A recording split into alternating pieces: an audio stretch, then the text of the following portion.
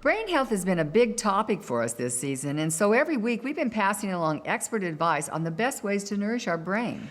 Now, the tip we have today is one I suspect most of us have never heard about. But nutritional expert Dr. Nicholas Gonzales said it's something we should all have in our diet every day. Coconut oil was demonized by the academic authorities and the medical authorities in Washington. It's horrible. It's got saturated fat. There was this hysteria for 50 years about saturated fat. Fortunately, it's finally being overturned. There's no question that coconut oil helps with brain function. It has a group of really important saturated fatty acids that help the brain function better.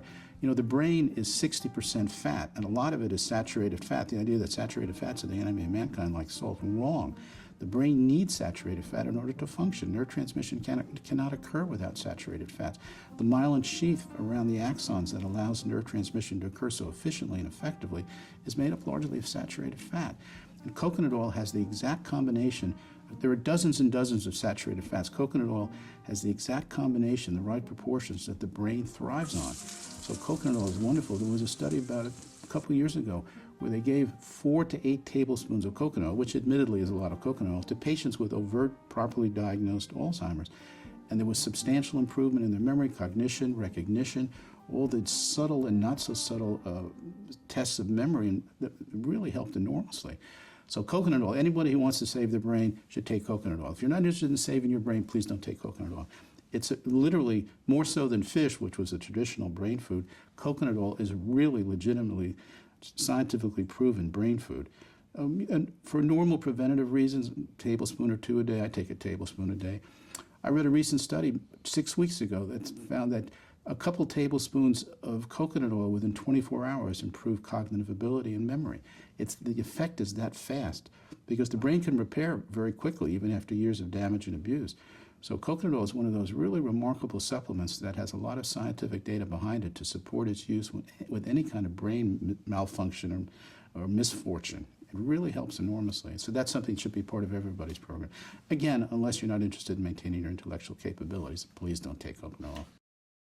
Well, I think most of us would want to do that, so I asked him how we can make coconut oil part of our daily diet. Dr. Gonzales said he uses it, now just 1 tablespoon a day, on green salads instead of olive oil, on warm vegetables like broccoli where it melts like butter. He also recommends coconut oil on a baked potato, and if a healthy shake is part of your day, you can also add it there. Now, Dr. Gonzales said it's important to make sure the coconut oil is organic, unprocessed, and non-GMO. And the Nourishing Traditions Cookbook, which is one of our favorites, has many more coconut oil recipe suggestions.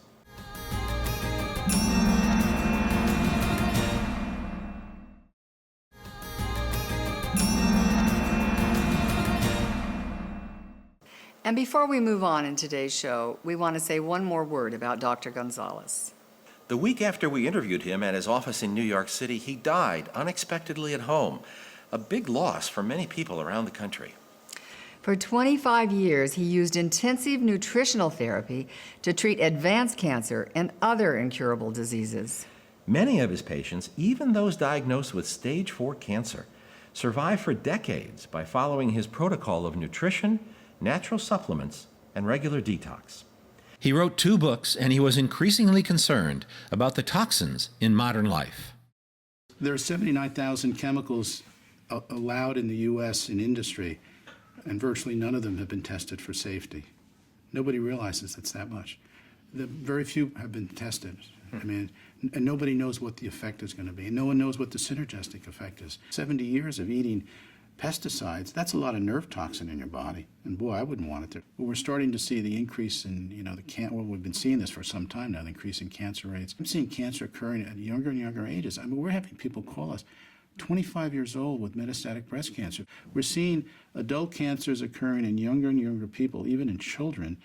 It's more aggressive. The cancer that patients that we get today have much more aggressive cancer than the ones 20 years ago when I was just starting out. So there's no question we're part of an experiment, a grand experiment to see what the effect of turning our agriculture and our whole lifestyle into a synthetic way of life and a chemicalized way of life, what the end results are going to be. We're going to know that over the next 50 years, and I don't think it's going to be very pretty. In the face of that toxic world, what can we do? When I first interviewed Dr. Gonzales in 2012, he had a powerful answer. Minimize your exposure to toxic chemicals and realize how important clean organic food is to supporting your health. Everything in our body, every brain chemical, every enzyme, every molecule in our liver, our toenails, this stuff comes from one place, from our food. And you got to think, every time you take a bite of food, you can approach it two ways. I'm doing something to help my body work more efficiently, or I'm going to do something where I don't care how it works. Well, there's a price to pay if you don't care. And believe me, being sick, I treat advanced cancer patients every day. All of them wish they had it over to do again. He was an inspiring proponent of Hippocrates' suggestion, let food be thy medicine, and medicine be thy food. His intelligence, generosity, straight talk, and commitment to natural health will be missed by many across the country, who, like Roy and me, count ourselves lucky to have known him.